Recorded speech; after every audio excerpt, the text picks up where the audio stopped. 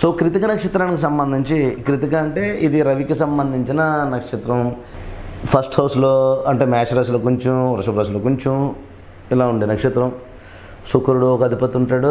అంటే ఇక్కడ మీరు రాశులు చూసినప్పుడే మీ జీవితం సగం అర్థమైపోతుంటుంది సుమా. ఎలా అంటే రాశులు అంటే యూట్యూబ్ రాశులు కాదు. మొట్టమొదటి రాశి అంటే మేషం, కుజుడు రిప్రజెంట్ రియల్ ఎస్టేట్, ఎర్త్, అవునా కదా ఒకటి. రెండేంటి వృషభం, శుక్రుడు వెల్త్. కానీ ఇందులో చంద్రుడు ఉచ్చ స్థితి పొందుతాడని అర్థం ఒకటి. సెకండ్, ఫస్ట్ ఏంటి అశ్విని నక్షత్రం మీద మేషరాశిలో రవి ఉచ్చస్థితి పొందుతాడు. Sun, Mars, Earth. ఈ కృతిక అంటే నాన్నక ప్రేమతో అదో టైప్ స్టోరీ. ఇదంతా నాన్న చేసిన తప్పులు. అలాగే ఇప్పుడు హాయ్ నాన్న సినిమా వచ్చింది. అంటే ఒక సింపుల్గా చెప్పాలంటే ఒక జెర్సీ సినిమా లాంటిది అనమాట. ఇవన్నీ ఎందుకు చెప్తున్నానంటే కృతిక నక్షత్రానికి వెల్త్ చాలామంది వృషభ రాశి అని అన్న, ఎందుకంటే ఇందులో రోహిణీ నక్షత్రం ఉన్నది. సో నేను అది చాలా పట్టుకోవాలి. అలాగే మేష రాశిలో ఇది రెండు రకాలుగా పాయలు వెళ్ళిపోద్ది అనమాట. గోదావరి పాయలు మాకు విడిపోయినట్టు ఇలా రెండు పాయల కింద విడిపోతుంది. సో ఇందులో మేషానికి ఉన్న కుజుడు నేచర్ ఉంటుంది, అగ్రెసివ్నెస్ ఉంటుంది వీళ్ళకి, ఒక కోపం జీవితంలో.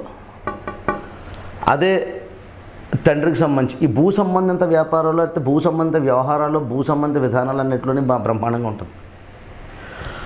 కృతిక మొట్టమొదటిగా అశ్విని నక్షత్రం మీద ఉన్నది. అంటే హీలింగ్ రిలేటెడ్. అంటే ఏంటి, అశ్విని అంటే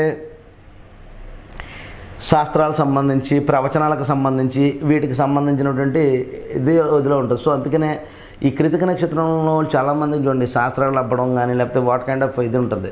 ఈ హీలింగ్ రిలేటెడ్గా వీళ్ళు ఎవరన్నా దీవించడం కానీ, ప్రార్థించడం కానీ, ఈ కైండ్ ఆఫ్ ప్రవచనకర్తల కింద ఎదగడం కానీ, లేకపోతే పౌరోహిత్యాలు చేయడం కానీ, ఈ కైండ్ ఆఫ్ నేచర్ ఉంటుంది అనమాట. అంటే వాక్ సిద్ధితో కూడా వీళ్ళు తిమ్మిని బొమ్మ చేయొచ్చు, ఎదుగుతారు, లేకపోతే ప్రవచనకర్తలు అవుతారు పెద్దగా. లేదంటే కనుక ఇలా అటు సైడ్ కూడా ఛాన్సెస్ ఎక్కువగా ఉన్నాయి. అంటే వాక్ సిద్ధితో ఎదిగే ఛాన్సెస్ మరి మిథునమును, కన్యలు, మీనాలంత కాదు కానీ చాలా మటుకు కొంతవరకు పర్వాలేదని చెప్పొచ్చు వాక్ సిద్ధితో అని కొంతవరకు అశ్విని నక్షత్రం మీద ఏదైనా ప్లానెట్ ఉంటే.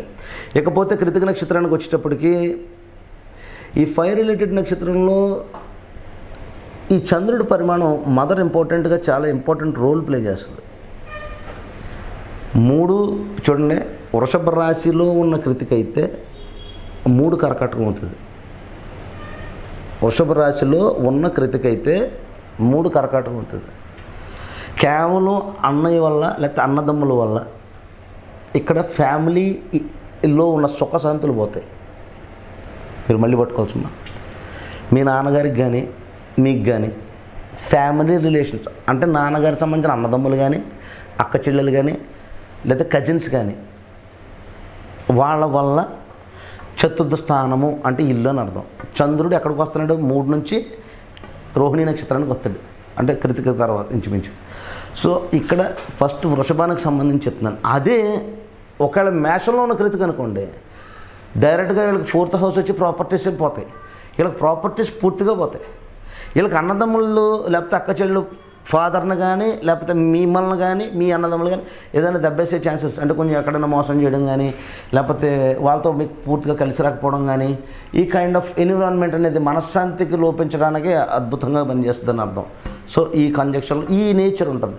చూడండి, ఇవన్నీ ఎలా చెప్తామంటే నేను ప్రతి వీడియోలో చెప్తున్నాను ఈ మధ్యన. ఇప్పుడు నల్లమట్టి, ఎర్రమట్టి, బంకమట్టి ఇలా ఉంటాయి కదా, ఒక్కొక్క మట్టికి ఒక్కొక్క వాసన ఉంటుంది. 27 నక్షత్రాలకి నేను నేచర్ చెప్తున్నాను సుమా. ఈ నేచర్ ఎక్కడో దగ్గర జీవితంలో ఎక్కడో దగ్గర తగులుతుంది. నాకు ఇలాగే లేదండి అని మాట అక్కర్లేదు ఎంచేతంటే కనుక మ్యాక్సిమం నేను చెప్పిన 100కి ఒక 80-90 మందికి కలిస్తే ఈజీగా, మిగతా అందులో పైన 10 మంది కలకపోవడం చాలా అదృష్టం. ఎంచేతంటే ఏదైనా గురు వీక్షణలు పొందడం కానీ, గురుడు స్వక్షేత్రాన్ని ఉండడం, లేకపోతే గురుడు లగ్నస్థానాన్ని ఉండడం కానీ, లేకపోతే గురుడు ఈ నక్షత్రాల మీద ఉండడం కానీ, ఇలా ఏదైనా ఉన్నప్పుడు బెనిఫిట్స్ బాగుంటాయి. సో కృతిక నక్షత్రానికి సంబంధించి ఈ బ్రదర్ రోలు, బ్రదర్సు, బామర్దులు వీళ్ళ రోల్స్ పనిచేయు కృతిక నక్షత్రానికి. ఇది ఒక పాయింట్ బాగా గమనించాలి. సెకండ్, వీళ్ళకి భూమి, రియల్ ఎస్టేట్ వీటి జోలికి వెళ్తే చేతులు కాలుతాయి. ఎందుకు? కుజుడు తిన్నగా కరకటగా వచ్చి నేర్చబడతాడు.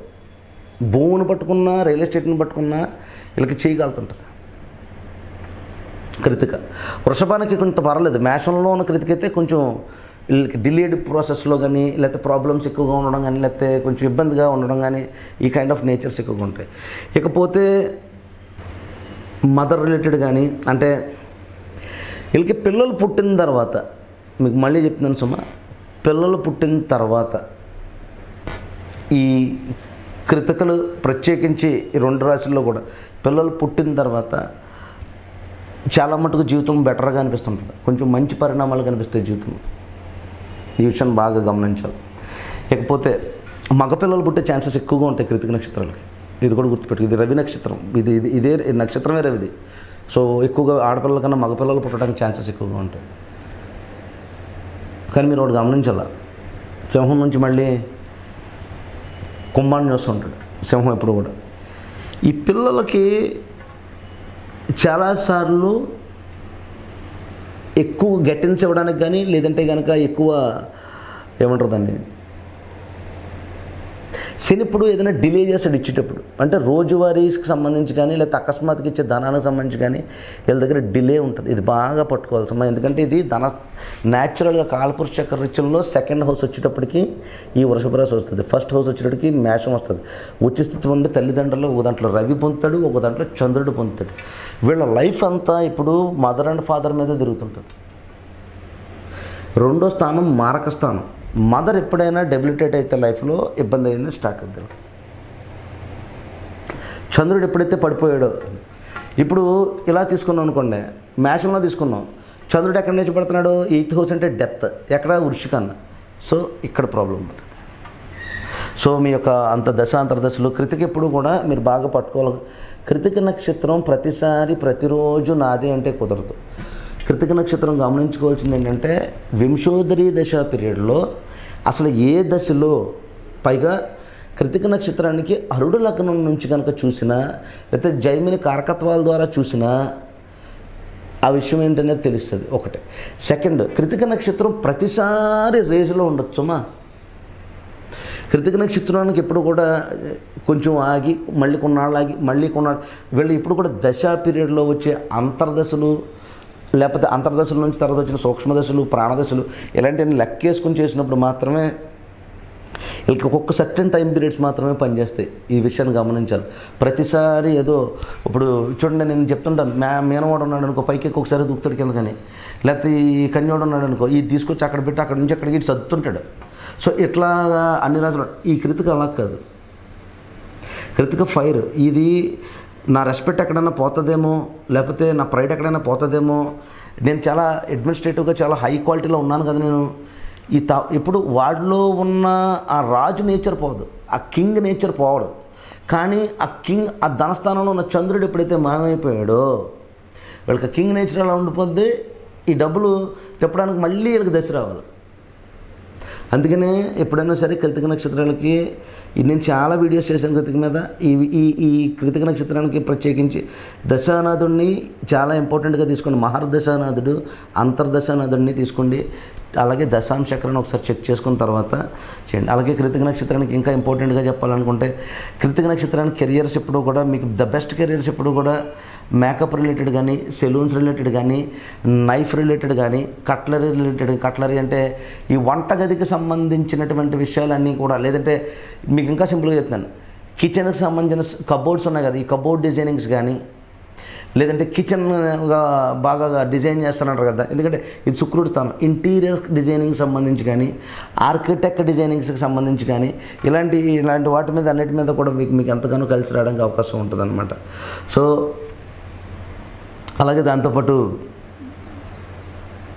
ఈ కృతిక నక్షత్రం వాళ్ళకి జెమ్ స్టోన్స్ రిలేటెడ్ వ్యాపారాలు కూడా బాగానే పనిచేస్తాయి. ఓకే, ఇది కూడా మీరు గమనించిన, అది మీ యొక్క జాతక చక్రాన్ని బట్టి అది అంచనా చెప్పాలి. జనరల్గా జెమ్ స్టోన్స్ కూడా మీకు చాలా బాగుంది, ఎందుకంటే అక్కడ మూన్, వీనస్, వీళ్ళంతా అంటే చంద్రుడు, శుక్రుడు అంతా కలయికతో జరుగుతుంది కాబట్టి ఇదంతా వెల్ అండ్ గుడ్కి వెళ్ళే ఛాన్సెస్ ఉంటాయి. సో అలాగే దాంతోపాటు ఇంకా కృతిక నక్షత్రానికి కెరీర్ వైజ్ వచ్చేటప్పటికి వీళ్ళకి లాంగ్ టర్మ్గా ఉండే కెరీర్స్ ఎప్పుడు ఇబ్బంది పెడతా ఉంటాయి.